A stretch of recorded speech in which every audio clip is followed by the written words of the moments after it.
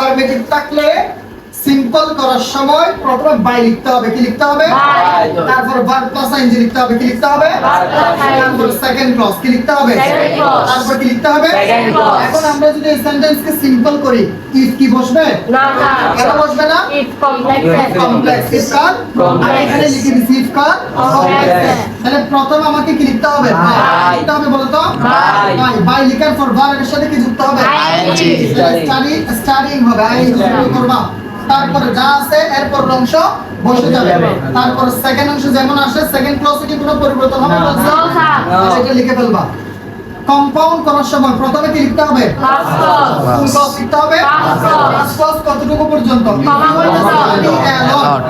যদি তুমি অনেক পড়াশোনা করো, you can get a good result, তুমি একটি ভালো রেজাল্ট পেতে পারো। তাহলে এই কমার জায়গায় কি লিখতে হবে? এখানে কি বসবে? না কোন জায়গা থেকে লিখতে হবে? You। তাহলে you study a lot and you can get a good Result। result। তাহলে এইভাবে এই সেন্টেন্সটা করতে পারবা না? Yes, sir। তাহলে আগে এই সেন্টেন্স করো, এটা বাসা থেকে করে আনবা।